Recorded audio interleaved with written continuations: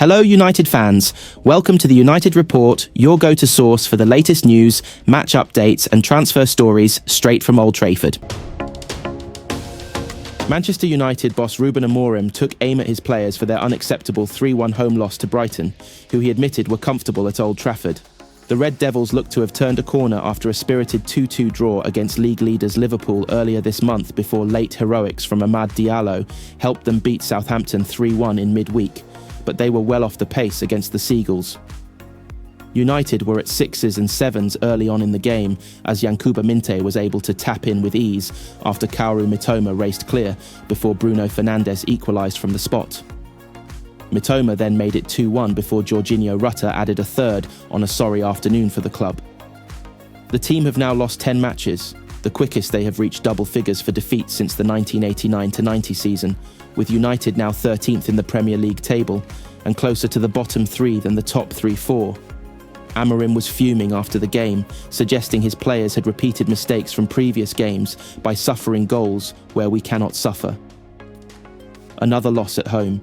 It's not acceptable, the way we suffered the goals, he said. We can play some football, but only in small spaces of time, so it's not consistent, and we get nervous, and then we suffer a goal. Again, in the beginning, it's one play that is clearly what Brighton do.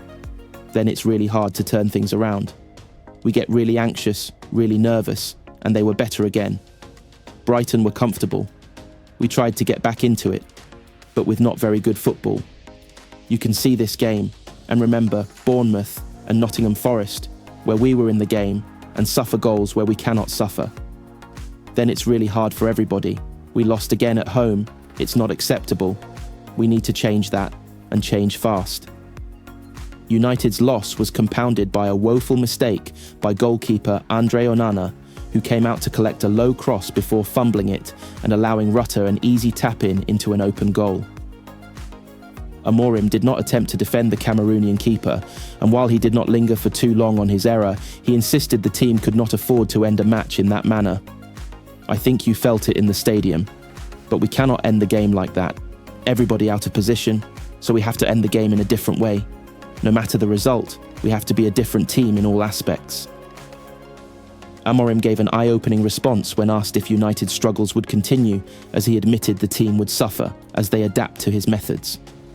That is clear, he said, because I'm not going to change the way I see the game. I'm very clear on that. The players are going to suffer.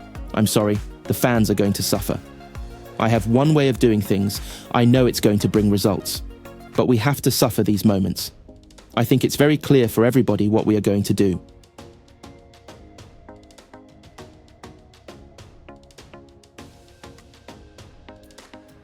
RUBEN AMORIM is severely restricted in what he can do this month because of PSR and Manchester United's tight budget. United splashed out £177.6 million in the summer, and this means they must generate money before they can spend it. Marcus Rashford is the obvious candidate, and United want £40 million for the former England striker. United also have loan offers for Antony, which will help reduce their wage bill. Casemiro is another player who could leave in January, with Sir Jim Ratcliffe desperate to offload his big earners. And while they will focus on selling, the Premier League giants are keen on bringing new players to Old Trafford to bolster AMORIM's squad. So what could happen this month? Mirror Football takes a look. United are highly unlikely to get their £40 million asking price for Rashford, and a loan deal looks more likely. AC Milan are keen, and his representatives have met the Serie A to thrash out his move. The sticking point is his wages, and Milan's top earner is on £150,000 a week, meaning United would have to agree to pay £175,000 a week of his reported salary to make a deal happen. Ambitious Como are prepared to pay all of Rashford's £325,000 a week salary, but the hitman is not keen about joining a relegation fight at the bottom of Serie A. Rashford has also attracted interest from Borussia Dortmund and Juventus, but has turned down a move to the MLS and Saudi Arabia's Pro League. Napoli are keen on Garnacho, who has been one of the main victims of AMORIM's switch to his favoured 3-4-3 formation.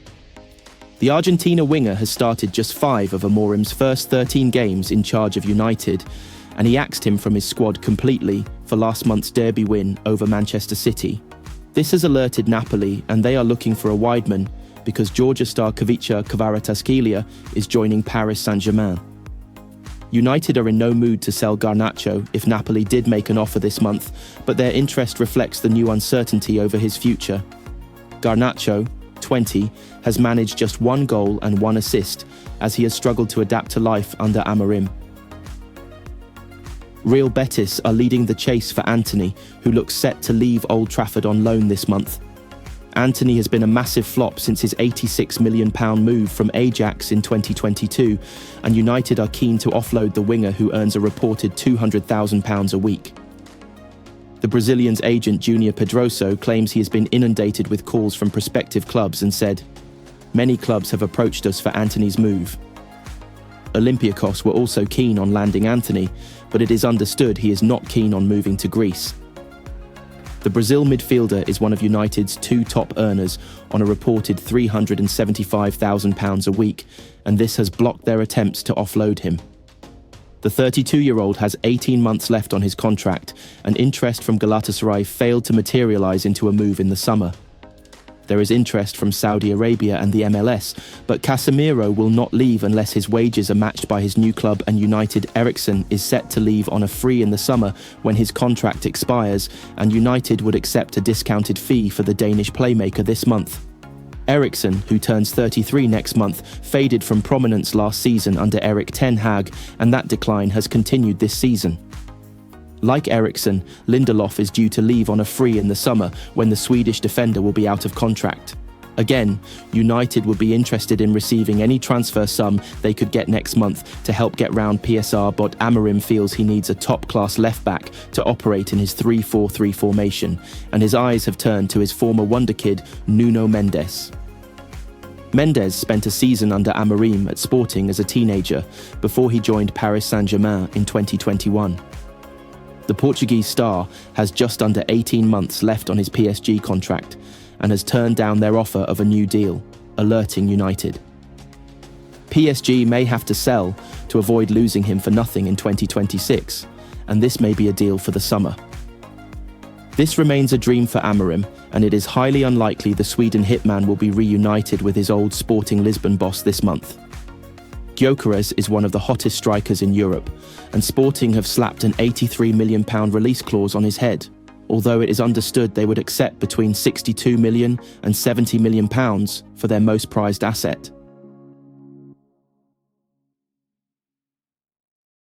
The Manchester United training grounds were buzzing with intensity today as the team prepared for their much-anticipated clash against Brighton and Hove Albion.